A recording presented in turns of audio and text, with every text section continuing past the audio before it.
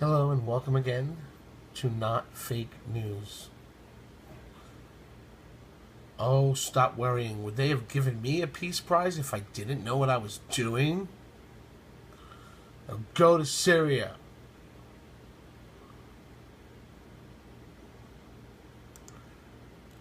Oh, this is a warning to all you left-leaning liberal business owners. Big warning here from Not Fake News. Smug, Starbucks CEO, betrays America to defy Trump. What happens to him next? It's brutal. He got what was coming to him. You ready? It's a warning. I'm telling you, it's a warning. Many liberal business owners are trying to stand against Trump, defying refugees and illegals over Americans, but this Starbucks CEO should have kept his 2 cents out of it. You said that from the beginning, right? Howard Schultz will be leaving Starbucks, the enterprise he helped build to success, at the beginning of April this year because of liberal policy changes within the company via the Daily Mail. Yeah, that's right. As of April, he's gone.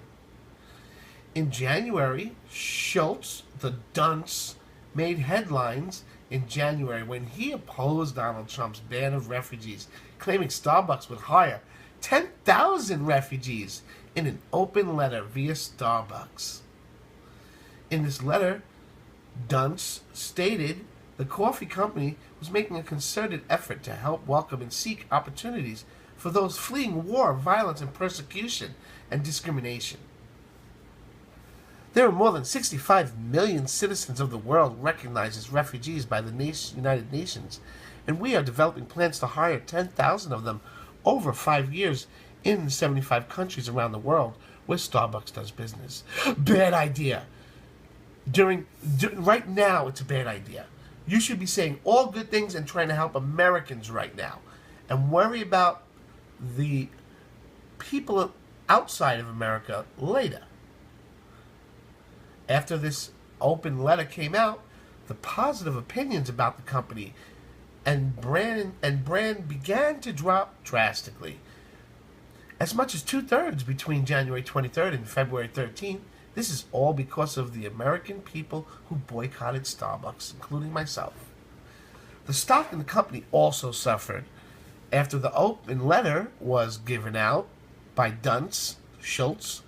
The brand was treated more like a leper compared to how it was previously coveted. The American people were outraged that Starbucks would hire refugees over our veterans and other jobless Americans in need of jobs. Schultz generalized these refugees, painting them all with a broad brush as those fleeing war, violence, persecution, and discrimination. However, that label doesn't apply to all of them. Many of them are ones who have caused those things to happen in their own countries and will continue to do so in other countries. Former President Obama was the same way. He generalized the refugees as widows and orphans, trying to tug at our heartstrings of American people, so we would welcome them with open arms, and we did. He also disparaged and mocked those who feared that terrorists from some radical Islamic group would come in and among them and hurt the innocent people of America. Well, there has been more than enough proof to show that these refugees mean us more harm than good. And it is not just America that this has been affected. Of course, Europe is already facing the negative ramifications of letting in unchecked refugees within its constitutional borders. Okay, Europe is our preview of the movie. It's a trailer showing us what's going to happen if we don't wake the hell up. 1 second, please. Okay. Since the refugees bled out the Middle East, there have been increases in violence, rape, murder. Yeah, I'm adding that in. Oh, okay, it's at the end. Good. Because most of the times when I read this, they just say increase in violence and terrorist acts. No, there's rape and murder also that they're doing. And throwing acid in girls' faces. 1,500 acid attacks in the last year or two in London. London. Beautiful London. Girls are afraid to walk outside now. That's why they're doing it, you see? It's a way of scaring girls. They don't want them in the cafes. They can't walk around without a male guardian. What is this? What is this, Fred Flintstone? Were you banging girls over the head with a club and dragging them into your freaking cave? Literally? Your damn caves? They got caves. They live in caves, some of them. And Phil, let's not get into that. Since refugees bled out the Middle East, there have been increases in violence, rape, terrorist acts, and murder. In many attacks these days, the reporters say they were caused by a refugee from the Middle East. It comes to the point where it's more shocking if a refugee does not commit a crime these days. It's true. If a crime happens, it's not a refugee. It's like, whoa, really? And so Donald Trump called for a temporary ban of terrorists so that our government could properly vet these people and only let in those who mean us and our country no harm across our borders. Did Starbucks care at all? Did any Democrat or liberal protester see the logic behind that? No! Of course not.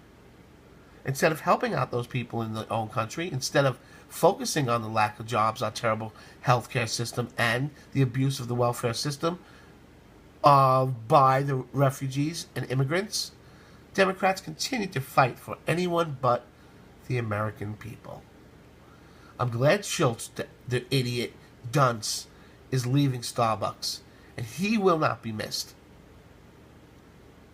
If you can look at the world and give a job to a potentially dangerous refugee over a starving, jobless, maybe homeless American, then you need to reevaluate. The American people should come first and foremost, and that is why we continue to support President Trump, because that's exactly what he's doing. And he's the only one doing it. And we see what you're doing, and we know you know what you're doing. What do you think about Starbucks CEO stepping down / fired? Asked to leave. Get the hell out of here. Yeah, you built this up. You did a good job. Guess what? You're out of here.